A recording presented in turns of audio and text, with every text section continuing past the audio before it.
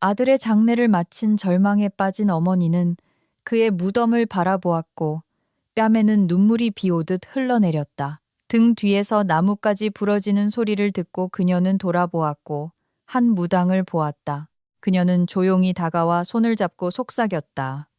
눈물을 닦고 지금은 행동해야 할 때요. 아들이 며칠 전에 집에 가져온 물건들을 정리해봐요. 그러면 모든 걸 이해하게 될 거요. 무당의 말을 듣고 여자는 집으로 달려갔지만 아들의 방에 들어서는 순간 17년 전 박서연은 한 물류회사에서 일했다. 그녀는 자신의 사장인 김준혁 대표에게 미친 듯이 사랑에 빠져 있었다. 그들 사이에 열정의 불꽃이 튀었다. 그는 아내와 이혼하겠다고 약속했지만 3년 동안 그 약속을 지키지 않았다. 그리고 그녀가 임신 소식을 알리자 그는 그녀를 해고했다. 서연은 오랫동안 괜찮은 직장을 찾을 수 없었다.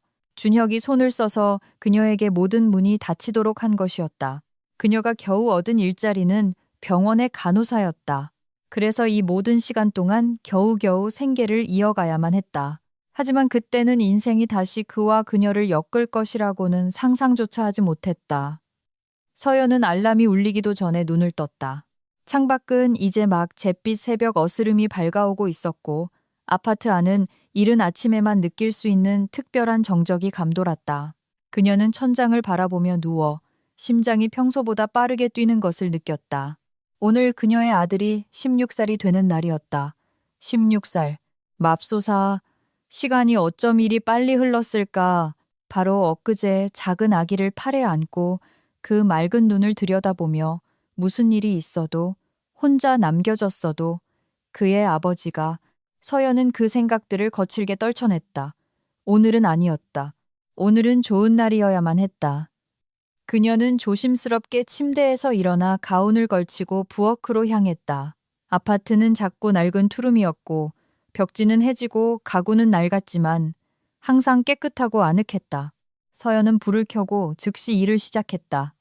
케이크. 그녀는 아들이 가장 좋아하는 초콜릿 생크림 케이크를 구워야 했다. 그녀는 냉장고에서 달걀과 버터를 꺼내고 밀가루와 코코아 가루가 있는 찬장을 열었다. 손은 익숙하고 자동적으로 움직였다. 이 세월 동안 이 케이크를 몇 번이나 구웠을까? 매년 생일마다, 모든 좋은 일이 있을 때마다 이것은 그들만의 작은 전통이었고 다른 모든 것이 너무 힘들게 느껴질 때 그들을 연결해주는 작은 끈이었다. 달걀과 설탕을 휘저으면서 서연은 옷장 맨 위 선반에 있는 상자 안에 무엇이 들어있는지 생각했다. 새롭고 비싼 스마트폰. 아들의 반 친구들이 모두 가지고 있는 그런 것.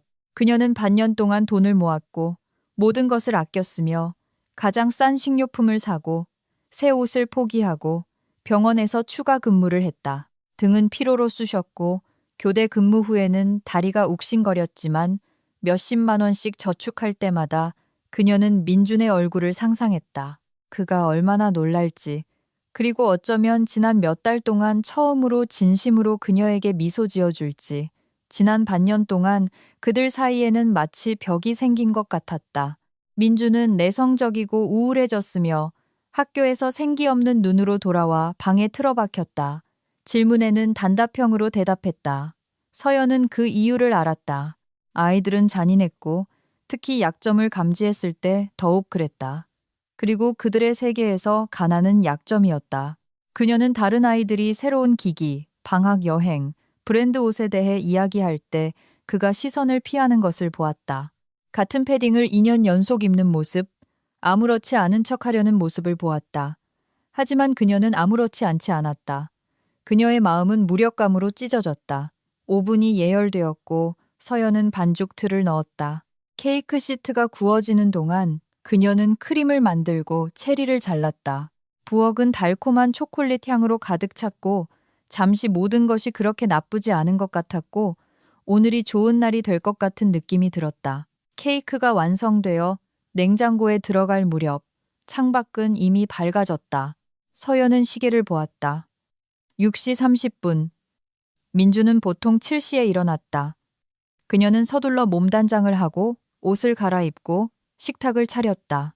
채소 샐러드, 감자와 닭고기.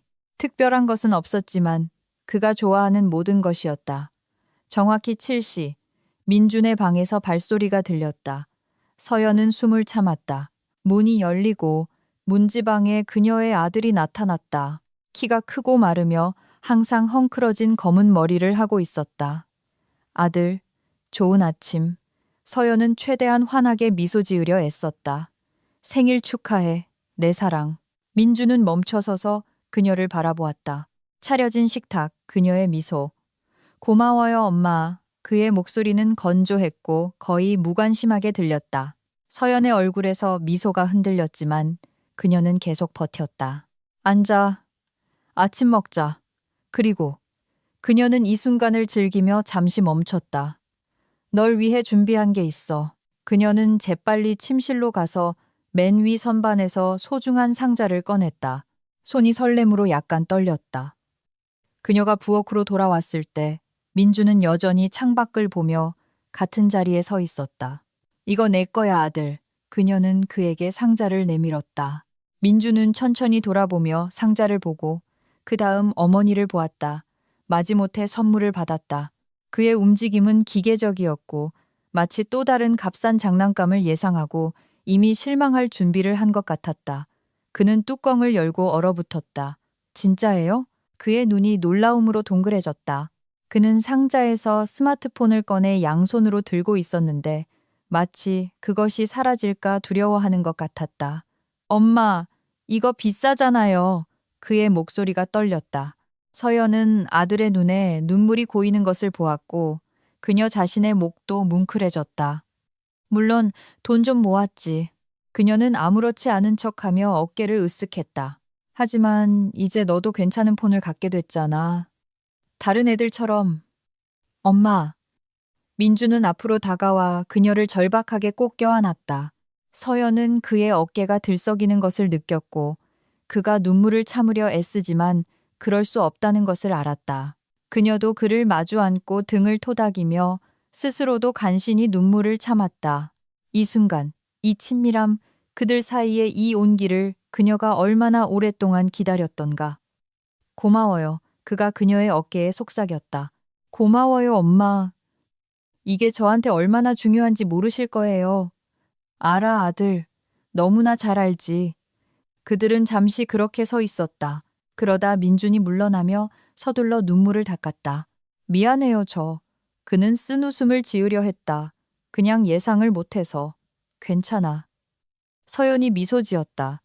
내 생일이잖아. 행복해서 우는 건 괜찮아. 그들은 식탁에 앉았다. 민주는 스마트폰을 손에서 놓지 않고 그것을 살펴보고 기능을 탐색했다. 서연은 그를 바라보며 가슴속에 따뜻한 무언가가 퍼지는 것을 느꼈다. 바로 이거였다.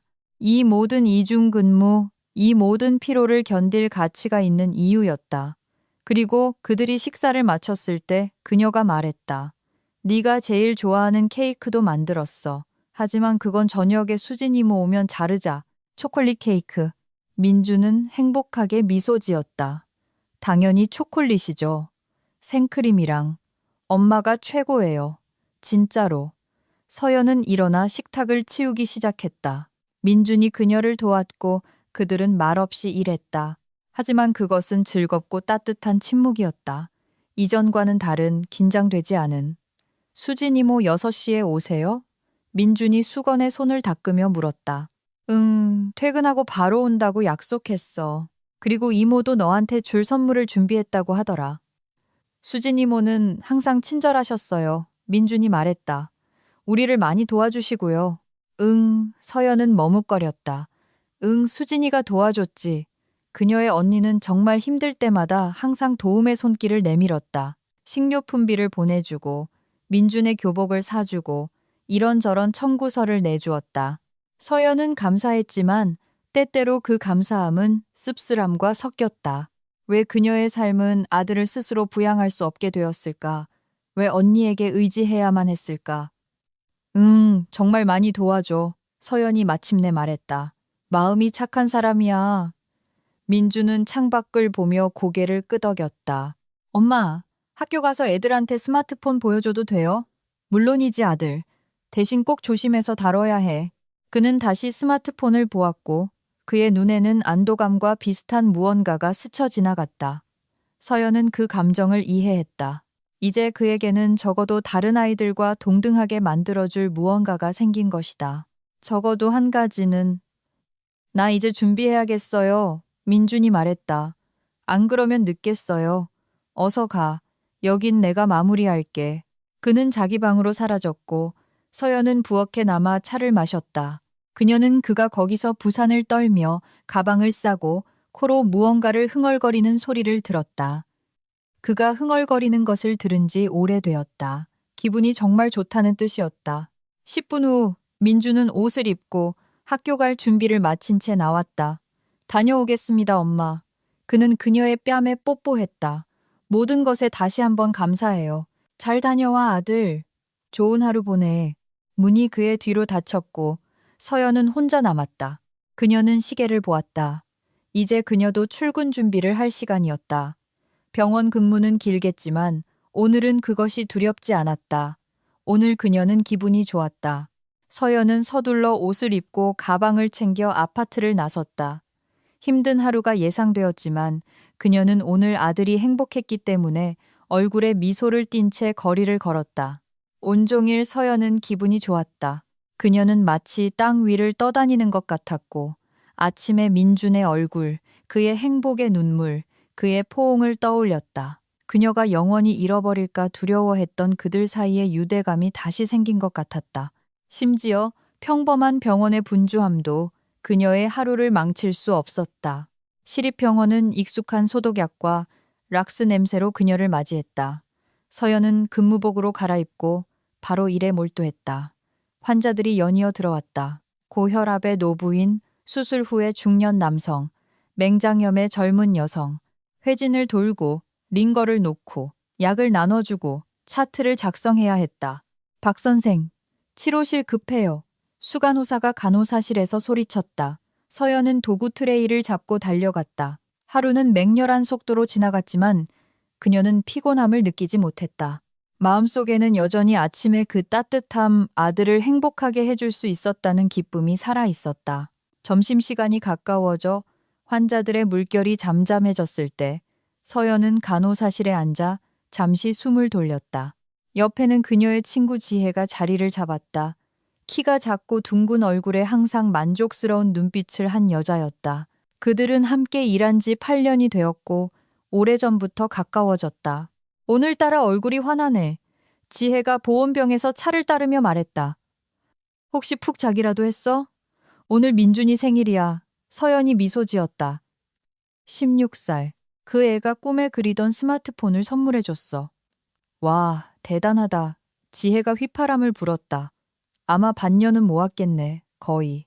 하지만 그럴 만한 가치가 있었어. 네가 그 애 얼굴을 봤어야 했는데. 행복해서 울더라니까. 잘했어, 서연아. 진정한 엄마야. 지혜는 차를 한 모금 마시고 교활하게 눈을 가늘게 떴다. 그나저나 연애는 어때? 이제 최 선생님한테 기회를 좀 줘보는 게 어때? 그분이 널 어떻게 보는지 좀 봐. 눈을 떼지 못하잖아. 서연은 뺨이 붉어지는 것을 느꼈다. 지혜야, 그만해. 과장이야. 게다가 그분은 결혼했잖아. 난 같은 실수를 2번은 안 해. 에휴, 서연아, 서연아. 지혜가 고개를 저었다. 그분 안 해봤어? 그런 마귀 할멈이랑 어떻게 사는지 이해가 안 가. 그 여자한테서는 사랑도 애정도 기대할 수 없을걸. 완전 무뚝뚝한 사람이야. 그럼에도 불구하고 그들은 20년째 함께야. 서연이 단호하게 말했다. 그건 둘 다 만족한다는 뜻이겠지. 아니면 그냥 변화를 두려워하는 걸지도 몰라. 지혜는 멈추지 않았다. 최 선생님은 좋은 남자야. 성실하고 책임감 있고 그리고 수입도 꽤 괜찮아. 너한테는 그런 사람이. 지혜야, 그만해. 서연은 생각보다 세게 찻잔을 탁자에 내려놓았다. 난 남의 가정을 파괴할 생각 없어. 내 인생의 유부남은 한 명으로 좋게. 지혜는 입을 다물었다. 그녀는 서연의 과거를 알았다. 이혼을 약속하고 임신한 그녀를 버린 그 남자에 대해, 서연이 아이를 안고 직장도 없이 혼자 남겨진 것에 대해, 그 모든 세월 동안 그녀가 얼마나 힘들었는지에 대해 미안해. 지혜가 조용히 말했다. 속상하게 하려던 건 아니었어. 괜찮아. 서연은 억지로 미소를 지었다. 그냥 아픈 주제라서 그래. 다른 얘기하자. 그들은 10분 정도 더 이야기하다가 다시 일로 돌아갔다. 남은 하루는 평소와 같이 지나갔다. 서연은 모든 회진을 마치고 모든 링거를 놓고 붕대를 갈아주었다. 근무가 끝날 무렵에는 다리가 욱신거렸지만 기분은 여전히 들떠 있었다. 저녁에는 수진이가 올 것이고 그들은 케이크를 자르고 셋이서 식탁에 둘러앉을 것이다. 그들에게는 그리 많지 않았던 평범한 가족의 저녁.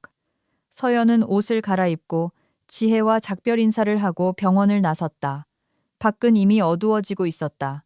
그녀는 빠른 걸음으로 버스 정류장으로 가서 마을 버스에 탔고 30분 후에 집에 도착했다. 4층 계단을 오르면서 그녀는 이미 아파트에 들어서는 모습, 민준과 수진이 부엌에 앉아 있는 모습, 그들이 모두 함께하는 모습을 상상했다. 하지만 그녀가 조용히 열쇠로 문을 열었을 때 목소리가 들렸다.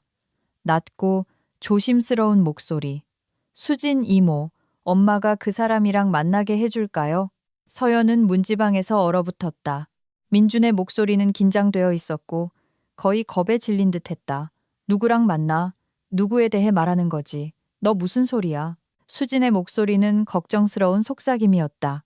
내 엄마가 내가 네 아버지에 대해 말해준 걸 알면 날 죽일 거야. 서연의 주변 세상이 흔들렸다. 얼굴에서 핏기가 가셨다. 그녀는 숨을 쉬지 않았고 쉴 수가 없었다. 수진이가 말했다. 그에게 아버지에 대해 말했다. 이 모든 세월이 지나고 침묵해달라는 모든 부탁 끝에 무슨 짓을 한 거야? 서연은 자신이 어떻게 부엌에 들어갔는지조차 깨닫지 못했다. 그녀가 그곳으로 뛰어들자 민준과 수진은 깜짝 놀라 돌아보았다. 수진의 얼굴에는 죄책감, 두려움, 변명하려는 시도가 모두 쓰여 있었다. 그리고 민준은 커다란 눈으로 어머니를 바라보고 있었다. 왜 걔한테 말했어? 서연의 목소리는 분노로 떨렸다. 내가 부탁했잖아. 절대로 말하지 말라고 빌었잖아. 서연아, 들어봐. 수진이 식탁에서 일어나며 말을 시작했다. 뭘 들어? 서연은 속에서 모든 것이 들끓고 터져 나오려는 것을 느꼈다. 네가 무슨 권리로? 내 아들은 이제 16살이야. 수진은 한 걸음 앞으로 나아가며 침착하게 말하려 애썼다. 아빠랑 연락할지 말지는 스스로 선택할 권리가 있어. 너 지금 진심이야? 서연은 뺨에 눈물이 흐르는 것을 느꼈다. 그 인간은 나한테 아이를 지우라고 돈을 줬어. 알겠어? 그는 민준이 아예 존재하지 않기를 바랐다고. 그는 내 인생을 망가뜨렸고 나를 해고했고 내가 어디서도 일자리를 찾지 못하게 만들었어. 그런데 넌 무슨 권리에 대해 말하는 거야? 엄마! 민준이 말을 시작했지만 서연은 그의 말을 듣지 못했다. 있잖아, 언니. 난 언니한테 이런 건 기대 안 했어. 그녀는 수진을 바라보았고 그녀의 시선에는 너무나 많은 고통이 담겨 있어 수진은 눈을 피했다. 내가 뭘 겪었는지 알잖아. 내가 얼마나 힘들었는지 알잖아. 그런데 넌 그냥 모든 걸 망쳐버렸어. 서연아, 난 그게 더 나을 거라고 생각했어. 더 낫다고? 서연의 목소리가 비명으로 터져 나왔다. 누구한테 더 나은데? 너한테? 그 사람한테? 그녀는 식탁에 앉아 창백하고 죄책감 어린 얼굴을 하고 있는 민준을 가리켰다. 난 16년 동안 그를 이 진실로부터 지켜왔어. 16년 동안. 그게 옳다고 생각했어. 그 아버지가 어떤 사람인지 알 필요 없다고. 서연은 흐느낌에 숨이 막혔다. 그런데 넌 그냥 모든 걸 말해버렸어. 그냥 그렇게. 네가 그렇게 반응할 줄은 몰랐어. 수진의 목소리가 떨렸다. 내가 어떻게 반응했어야 했는데, 기뻐했어야 했어?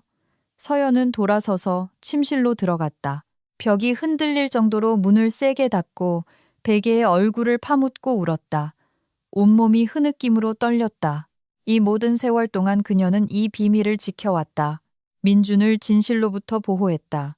그의 아버지는 그가 태어나기 전에 죽었다고 말했다.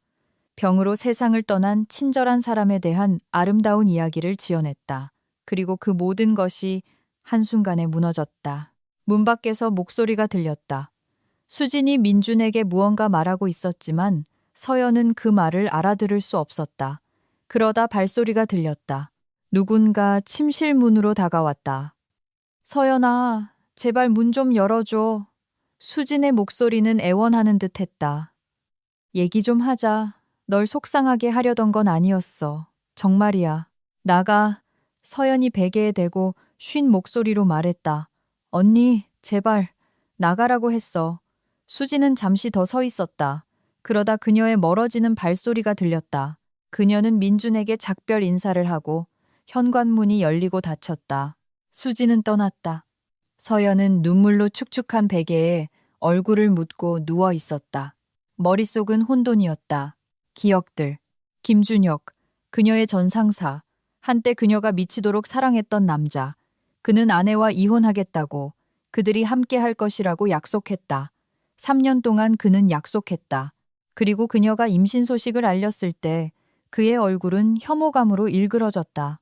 지워. 그는 그때 그렇게 내뱉고 그녀에게 돈다발을 쥐어주었다.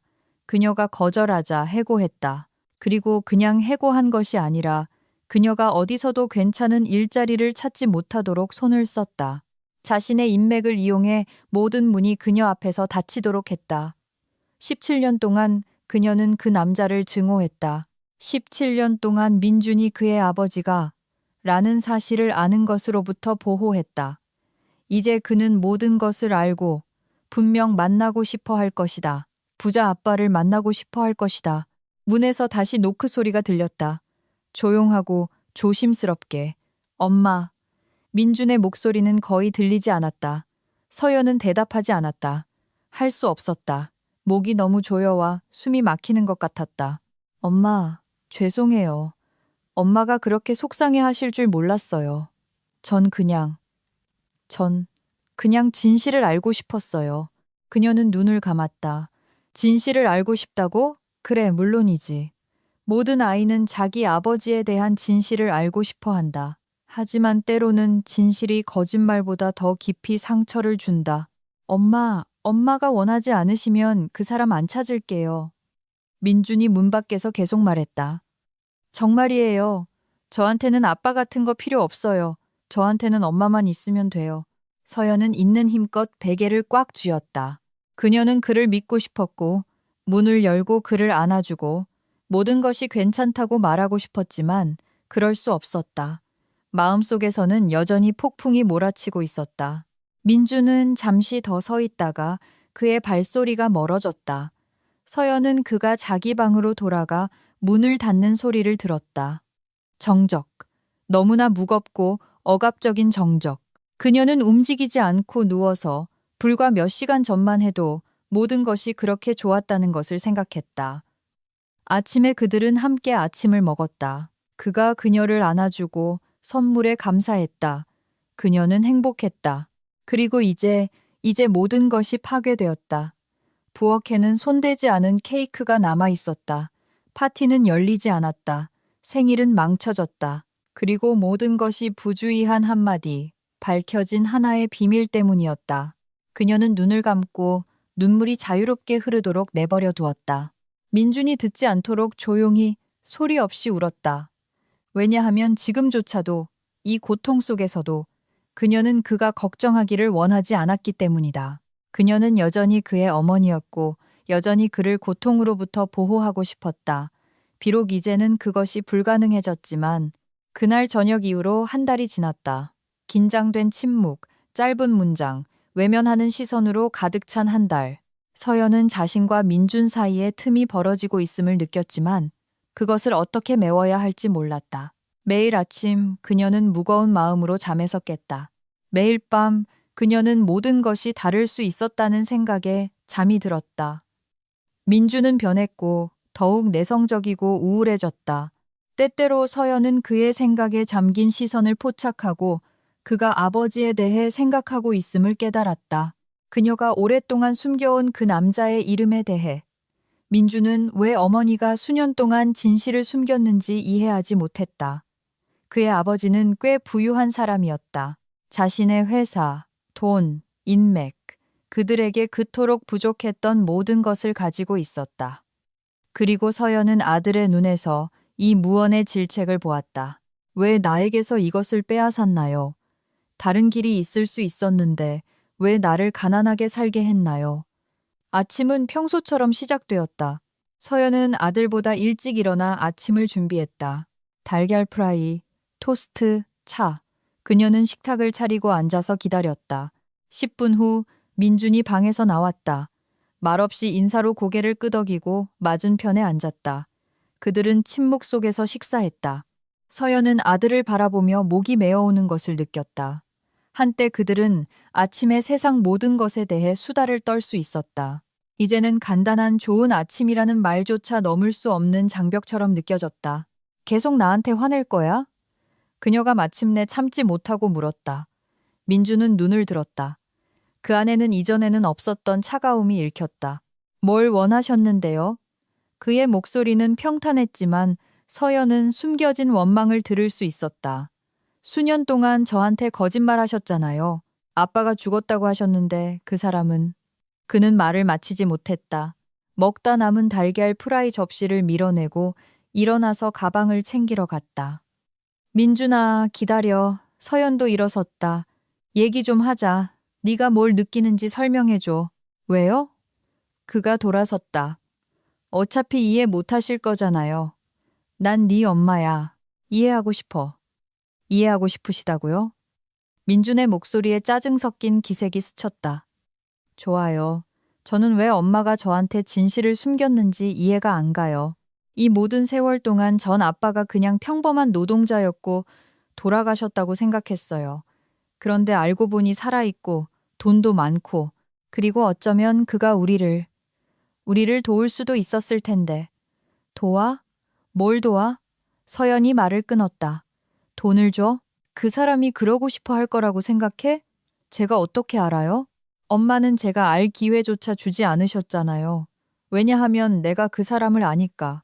서연은 자신의 의지와 상관없이 목소리가 높아지는 것을 느꼈다. 그는 널 원하지 않았어. 알겠니? 내가 임신했다고 말했을 때 그는 나한테 널 지우라고 돈을 줬다고. 민주는 침묵했고 이상한 표정으로 그녀를 바라보았다. 어쩌면 그냥 겁이 났을지도 모르죠. 그가 마침내 조용히 말했다. 사람은 변하잖아요. 민준아, 나 학교 가야 해. 그는 가방을 움켜쥐고 인사도 없이 나갔다. 서연은 부엌 한가운데 서서 완전히 공허함을 느꼈다. 그녀는 의자에 주저앉아 얼굴을 두 손으로 감쌌다. 모든 것이 무너지고 있었다. 그녀가 수년 동안 쌓아온 모든 것이 산산조각 나고 있었다. 온종일 그녀는 어떤 안개 속에서 보냈다. 그날은 일주일 중 유일한 휴일이었다. 보통 서연은 그날을 최대한 활용하여 쌓인 모든 일을 처리하고 아파트를 정리하고 며칠치 음식을 미리 준비하려 애썼다. 하지만 오늘은 모든 것이 힘에 부쳤다. 그녀는 세탁기에 빨래를 넣고 돌렸다. 그러고 나서 청소를 시작했고 방을 진공청소기로 밀고 먼지를 닦고 바닥을 닦았다. 일은 생각하지 않게 도와주었다. 손은 자동적으로 움직였고 머리는 텅 비어 있었다. 그것은 안도감이었다. 점심시간이 가까워지자 서연은 요리를 시작했다. 국, 3일은 먹을 수 있을 것이다. 샐러드. 그녀는 채소를 썰고 섞고 맛을 보았지만 맛을 느낄 수 없었다. 모든 것이 기계적이고 무의미했다. 오후 2시 30분 수진에게서 전화가 왔다. 여보세요? 언니의 목소리는 조심스러웠다. 어때? 괜찮아. 서연이 거짓말했다. 민준이랑은 화해했어? 아니, 침묵이 흘렀다. 서연아, 정말 망치려던 건 아니었어. 수진의 목소리에는 죄책감이 묻어났다. 난 그냥 걔가 알 권리가 있다고 생각했어. 그게 도움이 될 거라고. 도움이 됐지. 서연이 건조하게 말했다. 이제 걘 날 거짓말쟁이라고 생각하고 내가 왜 진실을 숨겼는지 이해하지 못해. 내가 걔랑 얘기해 볼까? 설명. 됐어. 언니는 이미 할 만큼 말했어. 언니? 제발, 수진아. 지금은 이 얘기 하고 싶지 않아. 내 휴일이고 조용히 보내고 싶어. 알았어. 미안해. 뭐 필요한 거 있으면 전화해. 서연은 전화를 끊고 탁자 위에 내려놓았다. 소파에 앉아 한 곳을 응시했다. 창밖은 해가 비치고 거리에서는 아이들이 놀고 있었고 누군가 웃고 있었지만 그녀의 삶에는 어둠이 가득했다. 시간은 느리게 흘러갔다. 서연은 주위를 돌리려 텔레비전을 켰지만 프로그램에 집중할 수 없었다. 결국 그녀는 그냥 창밖을 보며 민준이 돌아오기를 기다렸다. 보통 그는 학교에서 4시경에 돌아왔다. 서연은 시계를 보았다. 4시 30분. 친구들과 늦게까지 있었거나 보충 수업에 남았을까? 그녀는 미리 걱정하지 않기로 했다. 5시. 민주는 여전히 오지 않았다. 서연은 초조해지기 시작했다. 그녀는 전화를 들어 그에게 걸었다. 긴 신호음. 아무도 받지 않는다. 그녀는 다시 걸었다. 그리고 또 전화는 켜져 있었지만 민주는 받지 않았다. 5시 30분. 서연은 더 이상 가만히 앉아 있을 수 없었다. 그녀는 아파트를 왔다 갔다 하며 아들의 번호를 계속 눌렀다. 만약 무슨 일이 생겼다면, 만약 그가 곤경에 처했다면, 머릿속에 끔찍한 생각들이 떠오르기 시작했다. 저녁 6시, 서연은 심각하게 겁에 질렸다. 그녀는 그의 반 친구 몇 명에게 전화했고 그들의 번호는 낡은 기록에서 찾았다. 아니, 아무도 수업 후에 민준을 보지 못했다. 그는 수업이 끝나자마자 바로 떠났다. 그는 어디로 갔을까? 서연은 경찰에 전화할까 생각하던 중 문 열리는 소리를 들었다.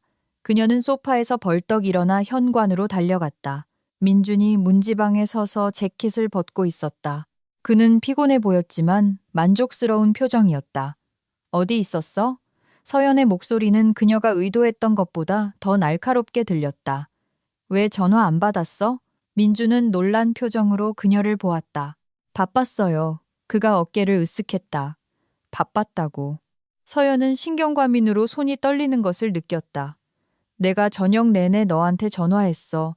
내가 얼마나 걱정했는지 상상이나 가. 엄마, 진정하세요. 민주는 부엌으로 가서 작은 봉지를 식탁 위에 올려놓았다. 저 아르바이트 구했어요. 전단지 돌리는 일이요. 이건 처음 번 돈으로 산 케이크예요. 서연은 얼어붙었고 아들을 케이크가 든 봉지를 바라보며 무슨 일이 일어나고 있는지 이해할 수 없었다. 아르바이트를 구했다고? 그녀가 천천히 되물었다. 네, 인터넷에서 광고 보고 찾았어요. 돈도 꽤 잘 줘요. 오늘이 첫날이었어요. 자, 받으세요. 그는 그녀에게 봉지를 내밀었다. 서연은 봉지를 받았다. 안에는 작은 케이크 6개가 들어있었다. 그녀가 가장 좋아하는 에클레어. 맙소사 아들. 그녀는 의자에 주저앉았다. 정말 걱정했어. 너한테 무슨 일이라도 생긴 줄 알았잖아. 죄송해요. 폰이 가방 안에 있어서 전화를 못 들었어요. 광장이 시끄러웠거든요. 음악 소리, 사람들. 그냥 전단지 돌리느라 정신이 없었어요. 서연은 그를 바라보며 속에서 모든 것이 뒤집히는 것을 느꼈다. 그가 스스로 16살의 일을 구했다. 왜? 그녀를 돕기 위해, 자신에게 무언가를 증명하기 위해. 왜 그랬어? 그녀가 조용히 물었다. 민주는 그녀의 시선을 피하며 어깨를 으쓱했다. 제 돈을 갖고 싶어서요. 의존하지 않으려고요. 그는 말을 마치지 않았지만 서연은 이해했다. 그녀에게 그들의 가난에 그녀가 그에게 준 삶에 의존하지 않기 위해. 넌 학생이잖아. 그녀가 말했다. 수업도 있고 숙제도 있잖아. 괜찮아요. 일은 방과 후에 3시간뿐이에요. 둘 다 할 수 있어요. 서연은 봉지를 열어 케이크 하나를 꺼냈다. 부드러운 크림이 든 달콤한 것을 한 입 베어 물었다. 민주는 처음 번 돈으로 이것을 샀다. 자신을 위해 쓰는 대신 그는 그녀를 위해 무언가를 샀다. 고마워 아들. 그녀는 목이 메어오는 것을 느꼈다. 정말 맛있다. 민주는 고개를 끄덕이고 자신도 케이크를 하나 집었다. 그들은 말없이 먹었다. 그들 사이에는 여전히 말하지 못한 것, 원망이 걸려 있었다. 하지만 그 순간 무언가 변했다. 아주 미묘하고 거의 눈에 띄지 않는 무언가.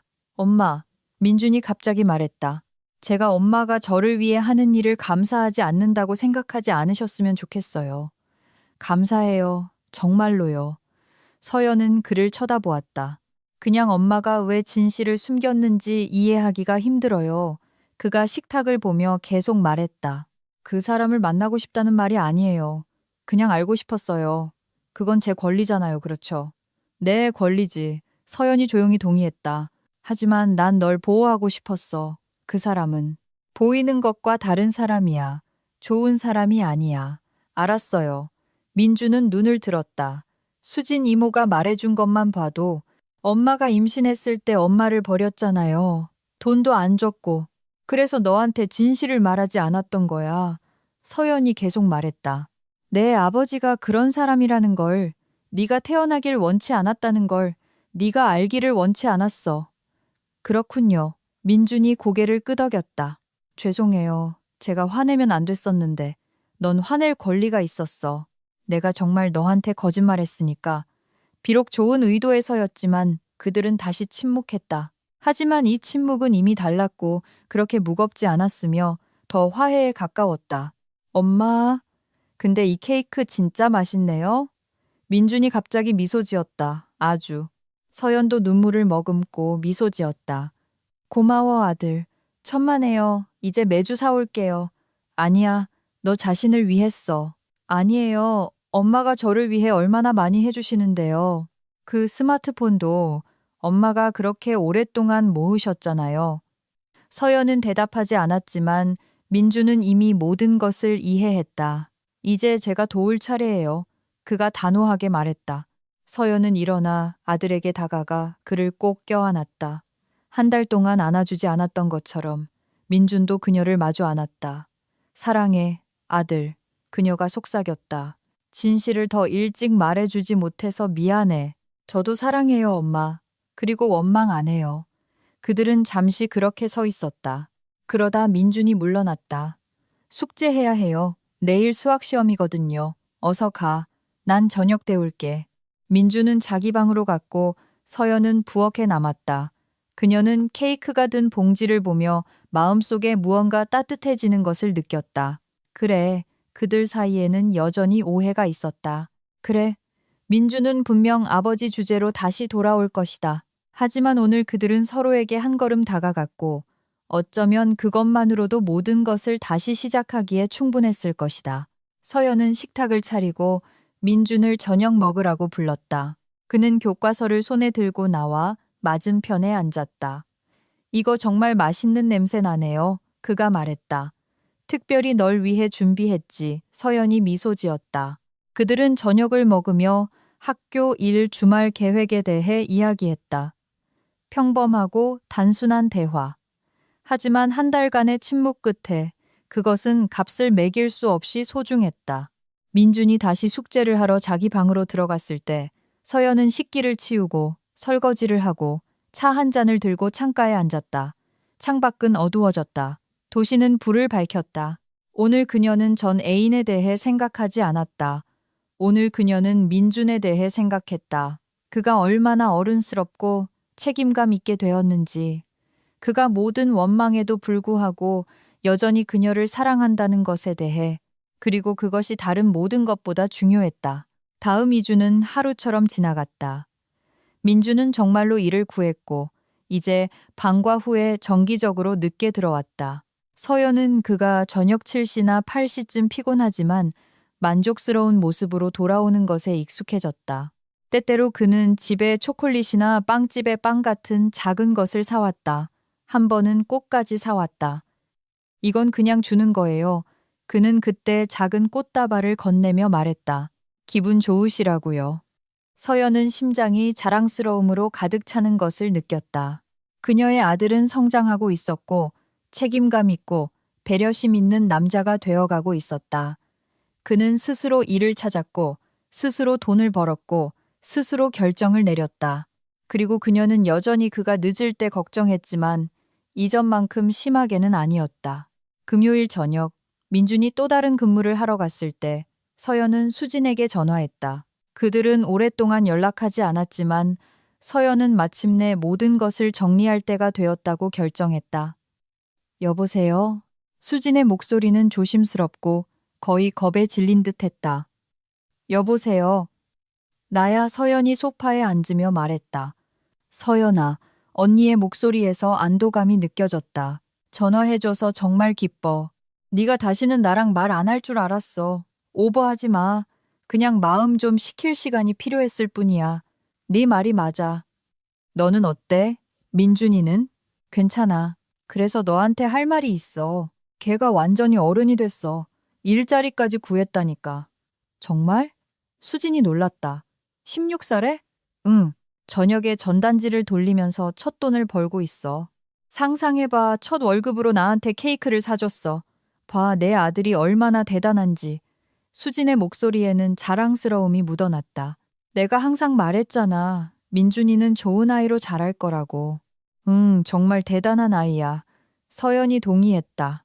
있잖아, 난 그 일 후에 걔가 완전히 마음을 닫을 줄 알았는데 오히려 더 성숙해진 것 같아. 침묵이 흘렀다. 서연은 수진이 이제 무슨 말을 할지 알았다. 저기, 나 용서해줘. 언니의 목소리가 떨렸다. 내가 조카한테 아버지에 대해 말할 권리가 정말 없었어. 그건 잘못된 거였어. 난 그냥 걔가 이제 진실을 알 만큼 충분히 컸다고 생각했어. 하지만 그게 너희 둘에게 어떤 영향을 미칠지는 고려하지 못했지. 너한테 악감정 없어. 서연이 차분하게 대답했다. 솔직히 그때는 정말 화났었어. 하지만 나중에 언젠가는 걔가 어차피 알게 됐을 거라는 걸 깨달았어. 어쩌면 나중보다 지금이 더 나았을지도 몰라. 정말 악감정 없어? 정말이야. 넌 내 유일한 언니잖아. 그것 때문에 너랑 싸우고 싶지 않아. 고마워. 네가 상상도 못할 만큼 걱정했어. 매일 어떻게 너한테 전화할지, 무슨 말을 해야 할지 생각했어. 괜찮아, 수진아. 잊어버리자. 알았어. 민준이는 어때? 걔가 그 사람을 찾으려고 하지는 않았어? 언니가 조심스럽게 물었다. 서연은 생각에 잠겼다. 지난 2주 동안 민주는 그 주제를 전혀 꺼내지 않았다. 마치 아버지에 대한 대화가 전혀 없었던 것처럼. 모르겠어. 그녀가 솔직하게 인정했다. 아무 말도 안 했어. 어쩌면 찾았을지도 모르지만 나한테는 말 안 했겠지. 물어보지는 않았고, 다시 모든 걸 망칠까봐 두려워서. 우리는 이제 막 관계를 회복하기 시작했으니까. 이해해. 수진이 한숨을 쉬었다. 알았어. 뭐 필요한 거 있으면 전화해. 언제든 도와줄게. 알아. 고마워. 언니. 그들은 일과 다른 소식에 대해 잠시 더 이야기하고 나서 작별 인사를 했다. 서연은 전화를 끊고 시계를 보았다. 8시가 다 되어갔다. 민주는 8시까지 돌아와야 했다. 그녀는 일어나 부엌으로 가서 저녁을 준비하기 시작했다. 감자와 닭고기, 간단한 요리였지만 민준이 좋아했다. 8시, 민준이 없다. 서연은 걱정하지 않았다. 그가 15, 20분 늦는 경우도 있었다. 8시 30분. 전화는 조용했다. 서연은 초조해지기 시작했다. 그녀는 아들의 번호를 눌렀다. 긴 신호음. 받지 않는다. 9시. 서연은 더 이상 가만히 앉아 있을 수 없었다. 그녀는 아파트를 돌아다니며 계속 전화를 집어들었다. 민준에게 계속해서 전화했다. 전화는 켜져 있었지만 아무도 받지 않았다. 9시 30분. 서연은 심각하게 겁에 질렸다. 뭔가 잘못됐다. 분명히 뭔가 잘못됐다. 민주는 예고 없이 이렇게 늦게까지 지체한 적이 없었다. 그리고 늦더라도 항상 전화를 받았다. 그녀는 자신을 진정시키려 애썼다. 어쩌면 전화기 배터리가 다 됐을까? 어쩌면 그냥 전화하는 것을 잊었을까? 하지만 내면의 목소리는 그렇지 않다고, 나쁜 일이 일어났다고 속삭였다. 밤 10시, 걱정이 그녀를 덮쳤다. 손이 너무 심하게 떨려서 전화를 거의 잡을 수 없었다. 그녀는 그가 전단지를 돌리던 직장에 전화했고 인터넷을 통해 번호를 찾았다. 여보세요. 남자의 목소리가 대답했다. 안녕하세요. 박민준 군 어머니입니다. 그 아이가 거기서 일하는데요. 혹시 아직 거기 있는지 말씀해 주실 수 있나요? 민준이요? 저쪽 끝의 목소리는 생각에 잠겼다. 아니요. 3시간 전에 떠났어요. 근무는 7시에 끝났거든요. 서연의 심장이 쿵 내려앉았다. 7시예요? 확실하세요? 네, 그럼요. 제가 직접 그가 나가는 걸 봤어요. 감사합니다. 서연은 전화를 끊었다. 3시간 전. 그렇다면 집으로 오는 길에 무슨 일이 생긴 것이다. 그녀는 다시 민준의 번호를 눌렀다. 또 받지 않는다. 그녀는 그가 아는 몇 안 되는 친구들에게 전화하기 시작했다. 아니, 아무도 민준을 보지 못했다. 아무도 그가 어디에 있을지 모른다. 서연은 무엇을 해야 할지 몰라 아파트를 헤맸다. 경찰에 전화할까? 하지만 겨우 몇 시간밖에 지나지 않았다. 그들은 그녀의 말을 진지하게 받아들이지 않을 것이다. 아침까지 기다리라고 할 것이다. 11시 5분 전, 서연은 소파에 앉아 전화기를 꽉 쥐고 있었다. 매 순간이 고통스럽게 길게 느껴졌다. 머릿속에는 끔찍한 생각들이 떠올랐다. 사고, 공격, 그보다 더 나쁜 무언가. 정확히 밤 11시, 전화가 울렸다. 서연은 거의 전화기를 떨어뜨릴 뻔하며 벌떡 일어났다. 여보세요, 민준아. 박서연 씨 되십니까? 여자의 목소리는 공식적이고 무심하게 들렸다. 서연의 심장이 조여들었다. 민준이 아니었다. 네, 접니다.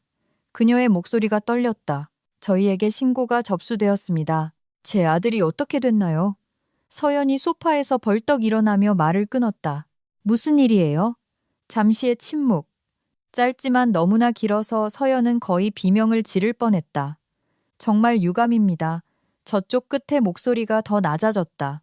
2시간 전쯤 아드님의 시신을 발견했습니다. 이미 사망한 상태였습니다. 신원 확인을 위해 와주셔야겠습니다. 세상이 존재를 멈췄다. 소리가 사라졌다. 주변의 모든 것이 솜에 잠겼다. 서연은 여자가 계속해서 주소, 어떤 지시사항들을 말하는 것을 들었지만 그 말들은 의식에 도달하지 못했다. 그녀는 한 곳을 응시하며 움직일 수 없었다. 시신, 사망, 신원 확인? 아니, 그녀가 속삭였다. 아니, 그럴 리가 없어. 정말 유감입니다. 여자가 반복했다. 오실 수 있겠습니까? 지금. 서연은 말을 할 수 없었다. 목이 너무 조여와 공기가 통하지 않았다. 서류를 챙겨오세요. 신분증, 아드님의 기본증명서, 주소는 서연은 끝까지 듣지 못했다. 전화기가 그녀의 손에서 떨어졌다. 그녀는 방 한가운데 무릎을 꿇고 얼굴을 두 손으로 감쌌다. 목에서 절망적이고 동물적인 비명이 터져나와 그녀 자신도 그 소리에 놀랐다. 안 돼, 안 돼, 안 돼. 그녀는 바닥에서 몸을 흔들며 소리쳤다. 눈물이 쉴 새 없이 흘렀지만 그녀는 그것을 느끼지 못했다. 맹렬하고 견딜 수 없는 고통 외에는 아무것도 느끼지 못했다. 민준, 그녀의 아들, 그녀의 유일한 아들, 죽었다. 이건 불가능했다. 이건 사실일 수 없었다. 바로 오늘 아침에 그들은 함께 아침을 먹었다. 그가 그녀에게 미소 지으며 일 때문에 늦을 거라고 말했다. 8시까지 돌아오겠다고 약속했다. 약속했다. 서연은 바닥에 얼마나 오래 앉아 있었는지 몰랐다. 어쩌면 1분, 어쩌면 1시간. 시간은 의미를 잃었다. 어느 순간 그녀는 억지로 몸을 일으켰다. 다리가 후들거리고 온몸이 떨렸지만 그녀는 벽에 기대어 현관으로 걸어갔다. 서류를 챙겨야 했다. 신분증, 기본증명서. 그녀는 기계적으로 그것들을 가방에 쑤셔 넣고 재킷을 걸치고 신발을 신고 문을 열고 계단으로 나섰다. 그곳까지 어떻게 갔는지 서연은 기억하지 못했다. 택시를 타고 창밖을 보았지만 아무것도 보이지 않았다. 운전사가 무언가 물었지만 그녀는 대답하지 않았다. 머릿속에는 오직 하나의 반복되는 고통스러운 질문만 있었다. 왜? 영안실. 긴 복도, 약품 냄새. 흰 가운을 입은 여자가 그녀를 어딘가로 이끌었고 무언가 위로하는 말을 했지만 서연은 듣지 않았다. 그들은 차가운 방으로 들어갔다. 마음의 준비를 하세요. 여자가 조용히 말했다. 그녀는 흰 시트로 덮인 테이블로 인도되었다. 시트가 거쳤다. 서연은 아들의 얼굴을 보았다. 창백하고 움직이지 않고 죽어 있었다. 그 애. 그녀는 말을 잇지 못했다. 제 아들이에요. 민준이에요. 다리에 힘이 풀렸다. 서연은 누군가 팔을 잡아주지 않았다면 쓰러졌을 것이다. 무슨 일이었나요? 그녀는 의사를 애원하는 눈빛으로 바라보았다. 어떻게 죽었나요? 잠정적인 사이는 경추골절입니다. 여자가 대답했다. 공원에서 발견했습니다. 사고사로 보이지만 경찰이 수사 중입니다. 사고사? 서연은 속에서 분노가 끓어오르는 것을 느꼈다. 어떻게? 사고사라고요? 걔는 16살이에요. 아르바이트 끝나고 집에 오던 길이었어요. 얼마나 힘드실지 이해합니다. 내일 형사님이 연락드릴 겁니다. 그들이 모든 상황을 밝혀낼 겁니다. 서연은 아들을, 그의 감긴 눈을, 움직이지 않는 입술을 바라보았다. 바로 아침에 그는 그녀에게 미소 지었다. 바로 아침에 그는 살아있었다. 아들이랑 잠시만 같이 있게 해줄 수 있나요? 그녀가 속삭였다. 물론입니다. 얼마든지요. 여자는 나가고 서연을 혼자 남겨두었다. 그녀는 더 가까이 다가가 아들의 차가운 손을 잡고 이것이 현실이라는 것을 믿을 수 없다는 듯이 쓰다듬었다. 아들, 그녀는 눈물을 흘리며 속삭였다. 미안해. 지켜주지 못해서 미안해. 미안해. 그녀는 아들의 시신 위로 몸을 숙이고 울었다. 눈물이 마를 때까지 오랫동안 울었다. 그리고 나서는 그냥 옆에 앉아 그의 손을 잡고 놓을 수 없었다. 다음 며칠은 안개 속에서 지나갔다. 서연은 그것들을 단편적으로 기억했다. 수진의 전화, 저쪽 끝에서 들려온 그녀의 비명, 언니의 도착, 장례식장, 관, 꽃, 검은 옷을 입은 사람들, 그리고 묘지, 잿빛 하늘, 부슬부슬 내리는 비, 무덤. 서연은 새로 쌓인 흙더미 옆에 서서 아들의 이름이 적힌 명패를 바라보았다. 박민준, 16세, 겨우 16살. 수진이 그녀의 팔을 잡고 있었지만 서연은 그것을 느끼지 못했고 아무것도 느끼지 못했다. 마음속에는 너무나 거대한 공허함이 있어 다른 모든 것을 삼켜버린 것 같았다. 모두가 떠난 후 서연은 혼자 남았다. 차가운 땅 위에 무덤 옆에 앉아 얼굴을 두 손으로 감쌌다. 더 이상 눈물은 없었고 오직 피할 수 없는 공허함과 고통뿐이었다. 장례식 후 며칠이 지났다. 5일, 매일이 끝없이 길게 느껴졌다. 서연은 거의 잠을 자지도 먹지도 않았다. 그녀는 그저 존재했고 기계적으로 아침에 일어나 맛을 느끼지 못하는 커피를 마시고 다시 묘지로 향했다. 아들의 무덤으로. 수지는 그녀를 막으려 애썼다. 서연아, 매일 이렇게 할 수는 없어. 언니가 그녀의 손을 잡고 말했다. 쉬어야 해. 제대로 먹고. 너 완전히 수척해졌어. 내버려둬. 서연이 조용히 대답하고 문으로 향했다. 그녀는 가지 않을 수 없었다. 민준을 그곳에 혼자 둘 수 없었다. 그녀는 자신이 옆에 있으면 고통이 조금은 덜어질 것이라고 생각했다. 하지만 날이 갈수록 상황은 더 나빠질 뿐이었다. 오늘은 잿빛 흐린 날이었다. 하늘은 구름으로 뒤덮였고 가랑비가 내렸다. 서연은 시든 국화 꽃다발을 손에 들고 새로 쌓인 흙더미 옆에 서 있었다. 그녀는 아들의 이름이 적힌 명패를 바라보며 뺨에 눈물이 흐르는 것을 느꼈다. 눈물은 흐느낌도 소리도 없이 저절로 흘러내렸다. 그냥 흐르고 멈추지 않았다. 미안해 아들. 그녀가 속삭였다. 지켜주지 못해서 미안해. 미안해. 그녀는 진흙탕 속에 무릎을 꿇고 차가운 흙 위에 손바닥을 얹었다. 이 흙 아래 그녀의 아이, 그녀의 유일한 아이, 이 모든 세월 동안 그녀가 살아온 이유가 누워 있었다. 등 뒤에서 나뭇가지 부러지는 소리가 들렸다. 서연은 돌아보지 않았다. 아마 누군가 옆 무덤에 온 것이리라. 그녀는 상관없었다. 하지만 발소리가 가까워졌다. 그리고 그녀 옆에 어떤 형체가 멈춰 섰다. 서연은 고개를 들었고 긴 색동 치마와 검은 수건을 쓴 나이든 무당을 보았다. 여자는 그녀를 이상한 표정으로 바라보고 있었다. 동정심과 동시에 결의에 찬 표정. 누구세요? 서연이 눈물을 닦으며 물었다. 무당은 말없이 그녀 옆에 쪼그려 앉아 손을 잡았다. 그녀의 손가락은 따뜻하고 건조했다. 눈물을 닦아요. 그녀가 조용히 말했다. 지금은 울 때가 아니라 행동해야 할 때요. 무슨 말씀이세요? 서연은 손을 빼려 했지만 무당은 굳게 잡고 있었다. 아들이 며칠 전에 집에 가져온 물건들을 정리해봐요. 무당은 그녀의 눈을 똑바로 쳐다보았다. 그러면 모든 걸 이해하게 될 거요.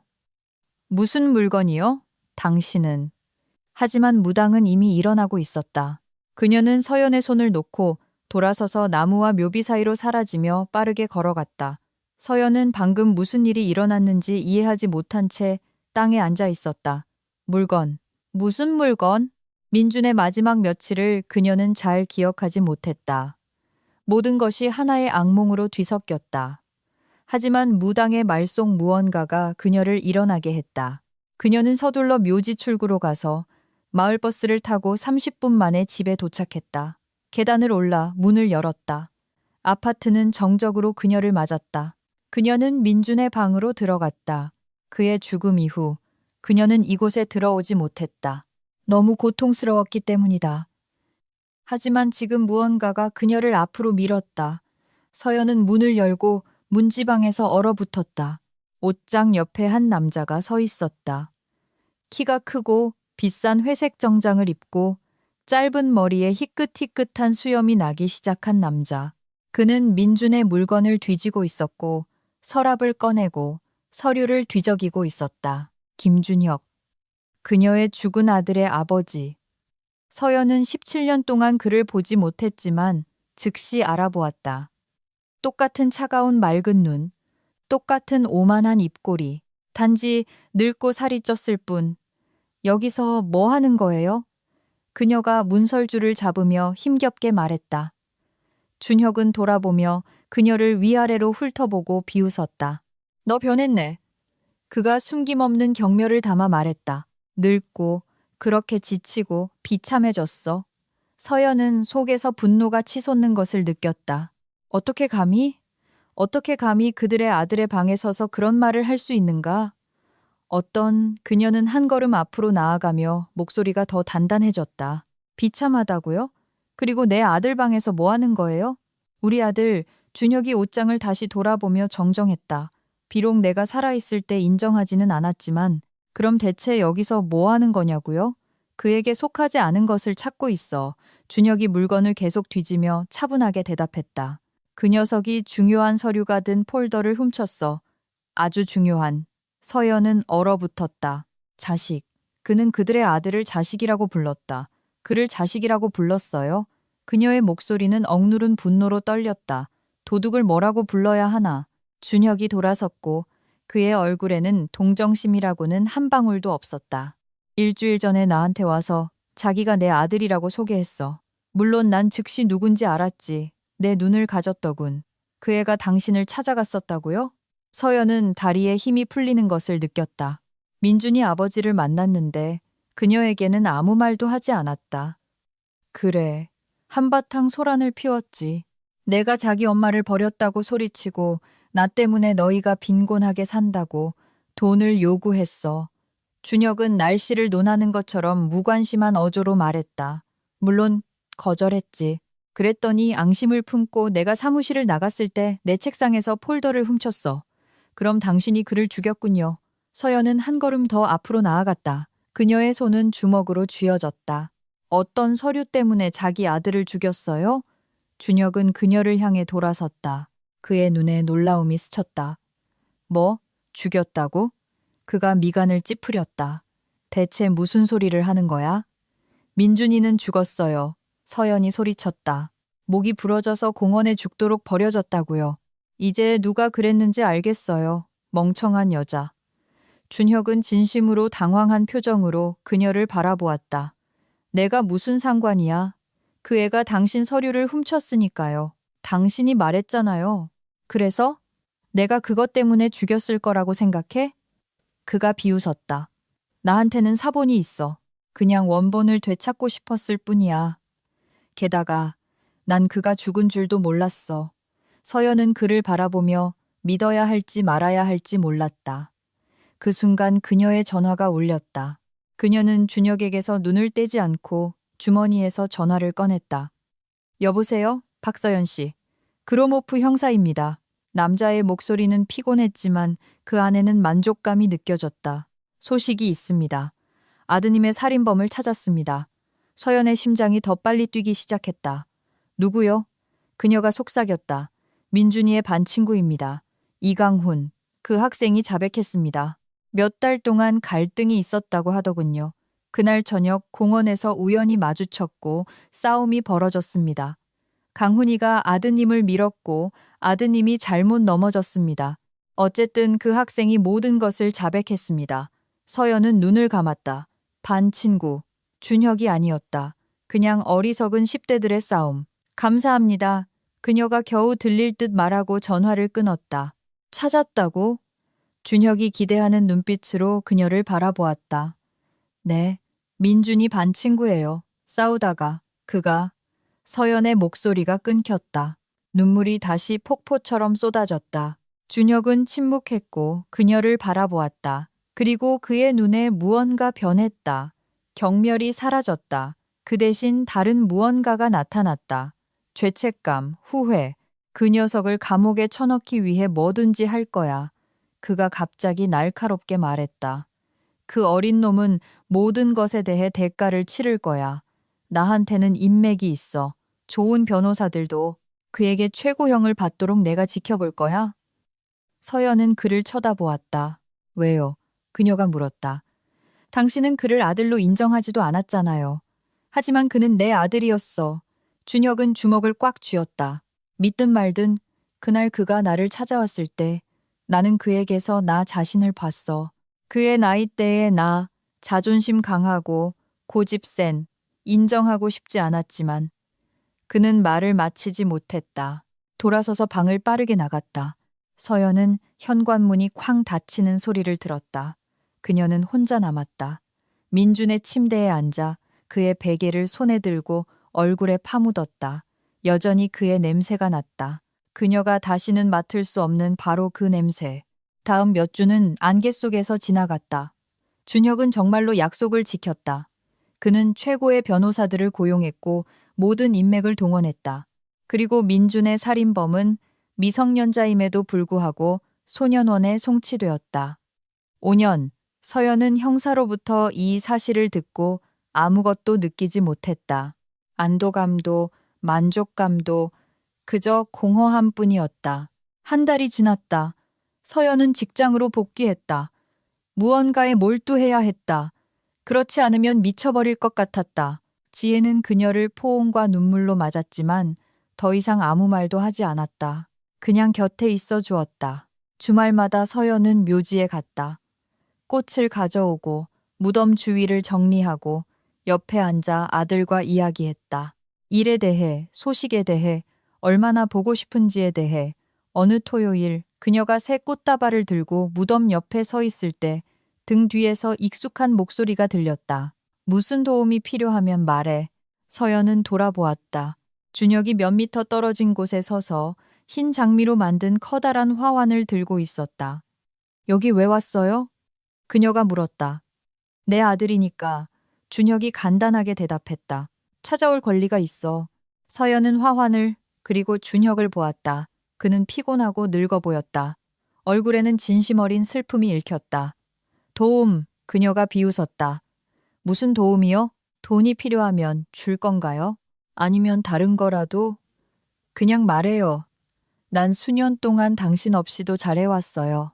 서연은 속에서 다시 분노가 치솟는 것을 느꼈다. 혼자서 아들을 키우고 주말도 없이 일하며 겨우 생계를 유지했죠. 반 친구들이 우리 가난 때문에 그를 놀릴 때 그의 원망을 견뎠어요. 그런데 당신은 어디 있었죠? 그가 당신을 필요로 할 때 어디 있었냐고요?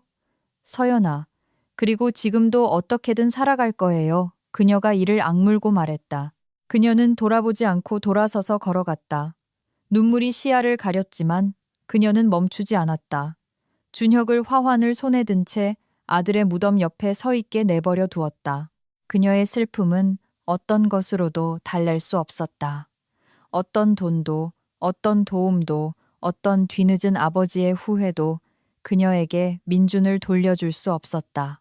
그는 죽었고 그것과 함께 살아가야 했다. 하지만 그녀는 어떻게든 계속 살아가야 했다. 아침에 일어나 직장에 가고 환자들에게 미소 짓고 아들의 방이 그가 있을 때와 똑같이 남아있는 텅 빈 아파트로 돌아왔다. 매일이 시험이었고 매일이 완전히 무너지지 않기 위해 엄청난 노력을 요구했다. 하지만 서연은 버텼다. 왜냐하면 달리 무엇을 해야 할지 몰랐기 때문이다. 인생은 계속되었다. 잔인하고 불공평했지만 계속되었다. 그리고 서연은 그 인생과 함께 한 걸음 한 걸음, 하루하루 결코 가라앉지 않을 고통을 마음에 품고 걸어가야 했다.